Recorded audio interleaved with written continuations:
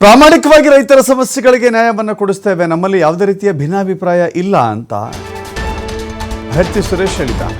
CM DCM ನಾವೆಲ್ಲ ಅಣ್ಣ ತಮ್ಮ ಅಂತ ಹೇಳಿದ್ದಾರೆ. ಬೆಳಗಾವಿಯಲ್ಲಿ TV5ಗೆ ಸಚಿವ ಭರ್ತಿ ಸುರೇಶ್ ಹೇಳಿಕೆಯನ್ನು ಕೊಟ್ಟಿದ್ದಾರೆ. ಬಿಜೆಪಿಯವರಿಗೆ ಯಾವಾಗಲೂ ಜಗಳ ಆಡಬೇಕು, ಬಿಜೆಪಿ ಎಂಪಿಗಳು ರಾಜ್ಯದ ಬಗ್ಗೆ ಎಲ್ಲಾದರೂ ಮಾತನಾಡಿದ್ದಾರಾ, ಸರ್ಕಾರದ ವಿರುದ್ಧ ಅವಿಶ್ವಾಸ ನಿರ್ಣಯವನ್ನು 10 ಬಾರಿ ಮಂಡಿಸಲಿ, ಮೊದಲು ಅವರ ಬಣ ಬಡಿದಾಟ ಸರಿ ಮಾಡಿಕೊಳ್ಳಲಿ ಅಂತ ಹೇಳಿ ಬಿಜೆಪಿಗೆ ಸಖತ್ ಟಾಂಟ್ ಕೊಟ್ಟಿದ್ದಾರೆ ಭರ್ತಿ ಸುರೇಶ್. ನಮ್ಮ ಜೊತೆ ಮಾತಾಡಲಿಕ್ಕೆ ಸಚಿವ ಭರ್ತಿ ಸುರೇಶ್ ನಮ್ಮ ಜೊತೆ ಇದ್ದಾರೆ. ಸರ್, ಇವತ್ತಿನಿಂದ ಅಧಿವೇಶನ ಶುರುವಾಗ್ತಾ ಇದೆ.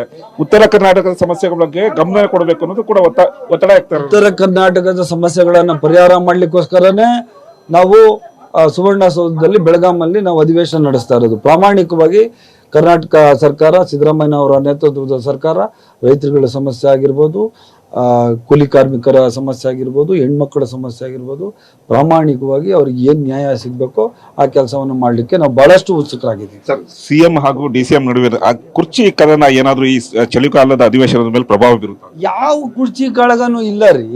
ಆಂತರಿಕ ಪ್ರಜಾಪ್ರಭುತ್ವ ಇರುವಂತ ಪಕ್ಷ ಕಾಂಗ್ರೆಸ್ ಪಕ್ಷ. ಯಾರೋ ಒಬ್ರು ಮಂತ್ರಿ ಆಗ್ಬೇಕು, ಯಾರೋ ಒಬ್ರು ಇನ್ನೊಂದು ಸ್ಥಾನ ಕೇಳ್ಬೇಕು ಅನ್ನೋದ್ರಲ್ಲಿ ತಪ್ಪೇನಿದೆ? ಅದರಲ್ಲಿ ಅವ್ರವ್ರ ಕ್ಲೇಮ್ ಅವ್ರು ಮಾಡ್ತಾರೆ. ಅದರಿಂದ ಯಾವ ಕುರ್ಚಿ ಕಾಳಗನೂ ಇಲ್ಲ. ಸಿದ್ದರಾಮಯ್ಯನವರು DK ಶಿವಕುಮಾರ್ ಅವರು ಅಣ್ತಮ್ಮಂದ ತರ ಇದ್ದಾರೆ ಅಂತ ಮೊನ್ನೆನೇ ಹೇಳಿದ್ದಾರೆ.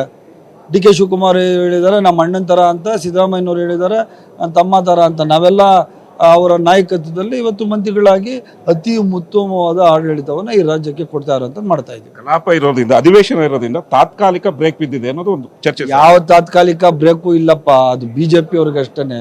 ಬಿಜೆಪಿ ಅವ್ರಿಗೆ ಯಾವಾಗೂ ಏನು ಜಗಳ ಆಡಬೇಕು, ಅವ್ರಿಗೆ ರೈತರ ಸಮಸ್ಯೆ ಬಗ್ಗೆ ಏನಾದರೂ ಬಿಜೆಪಿ ಅವರಿಗೆ ಪರಿಹಾರ ಮಾಡಲಿಕ್ಕೆ ನೈತಿಕತೆ ಇದೆಯಾ, ಅವ್ರಿಗೆ ಯೋಗ್ಯತೆ ಇದೆಯಾ? ಒಂದಿನ ಮಾಡಲಿಲ್ಲ. ಇವತ್ತವರೆಗೂ ಎಷ್ಟು MP ಇರೋದು ಅವರು 18 ಜನನೋ ಎಷ್ಟೋ ಇದಾರಲ್ಲ.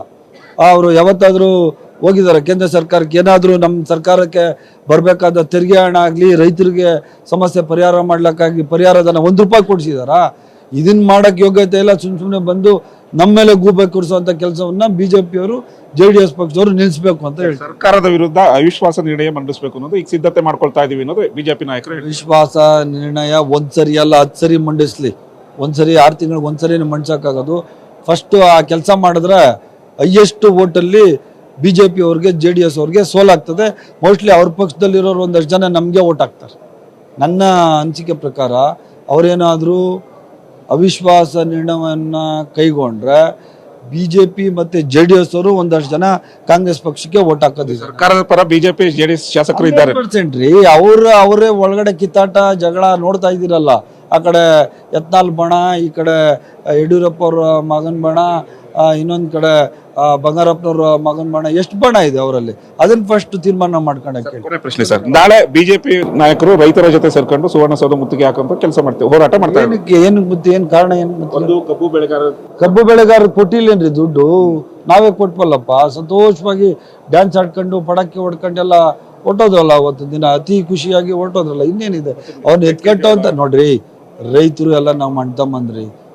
ಕಾಂಗ್ರೆಸ್ ಪಕ್ಷ ಒಂದೇ ರೈತರ ಪರವಾಗಿ ಕೆಲಸ ಮಾಡ್ಬೇಕು ಅಂದ್ರೆ ಕಾಂಗ್ರೆಸ್ ಪಕ್ಷಕ್ಕೆ ಒಂದೇ ಸಾಧ್ಯ. ಅತಿ ಖುಷಿಯಾಗಿ ಇದ್ದಾರೆ. ಒಂದೆರಡು ಜನ ರಾಜಕಾರಣ ಮಾಡೋಕ್ಕೋಸ್ಕರ ಅವ್ರ ಜೊತೆಲಿ ಇಟ್ಕೊಂಡು ಮುದ್ಗೆ ಹಾಕೊಂಡು ಏನ್ ಮಾಡ್ತಾರೋ ಮಾಡ್ಕೊಂಡಿದ್ದಾರೆ. ಲಿಸ್ಟ್ ಬದಲಾಯಿಸ್ತಾರೆ. ಇದಿಷ್ಟು ಸಚಿವರಾದಂತಹ ಭರ್ತಿ ಸುರೇಶ್ ಅವರ ಮಾತಾಗಿದ್ದು. ಕ್ಯಾಮ್ರಾ ಪರ್ಸನ್ ಸಿದ್ದು ಜೊತೆ LN ಸ್ವಾಮಿ, TV5 ಬೆಳಗಾವಿ.